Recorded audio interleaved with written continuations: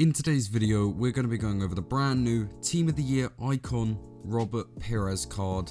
Let's jump straight into it. Okay, so let's start off with some basic things. He can play left mid, left wing, right mid and cam. He is controlled. He is obviously French, so gives a double link to any French players. 5-star skills, 4-star weak foot is very good. 6'2", not my personal favourite. I don't like tall players on this game. They feel very clunky.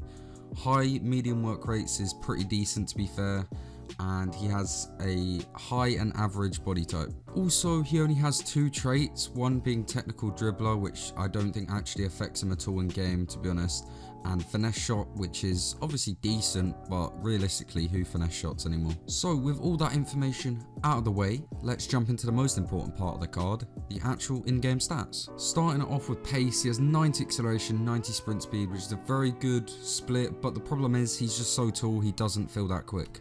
Next up, we have his shooting, and don't get me wrong, his shooting's very good, but it was very hard for me to get actual shots off with him. But he has 91 positioning, 90 finishing, 80 shot power, 81 long shots and volleys, and 85 penalties. Honestly, very good shooting stats, I'm not going to complain about that.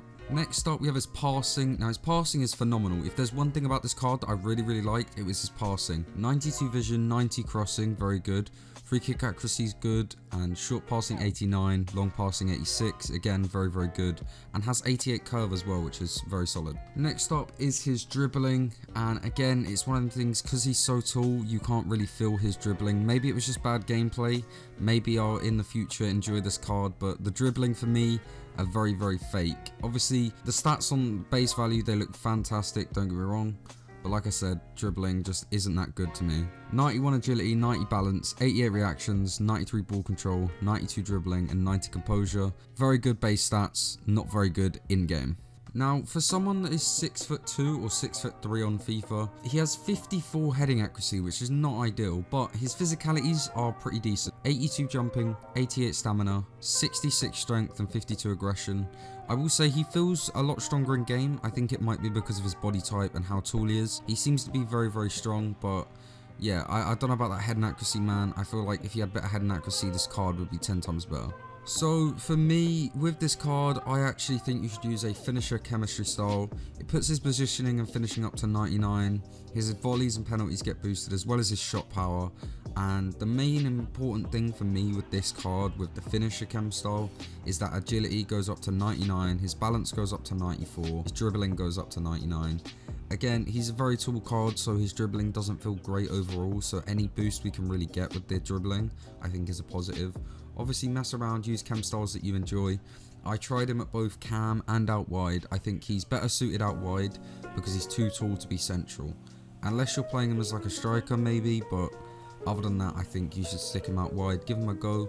He's not going to be a super strong player in the entire team. He's not going to be that difference maker, I don't think. But I think he can do the job decent. I don't think he's anything crazy.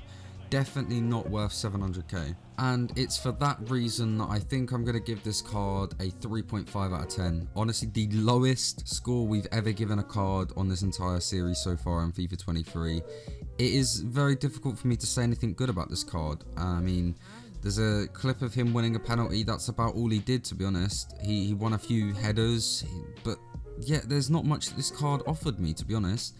If I'm being honest, I'd much rather spend like 50, 60k, however expensive Neymar is nowadays, chuck him in the team, over Pires. Even someone like Mane is just so much better than Pires. It's just Pires is far too tall, and this game just does not reward tall players at all, so it is very disappointing. Obviously, the 5-star skills is very fun. It is a fun card, but it's just not a good card, man. So I'm going to go ahead and give it a 3.5 out of 10. I don't think this is a card worth 700k, to be honest. So yeah, that just about wraps up the video. I hope you did enjoy. If you did, leave a like on the video, subscribe to the channel, please, it helps me out massively. Consider turning the notifications on as well. Check out my other socials, they'll all be linked down below in the comment section and in the description. So yeah, I will catch you boys in the next video. Hope you enjoyed. Have yourselves a good one.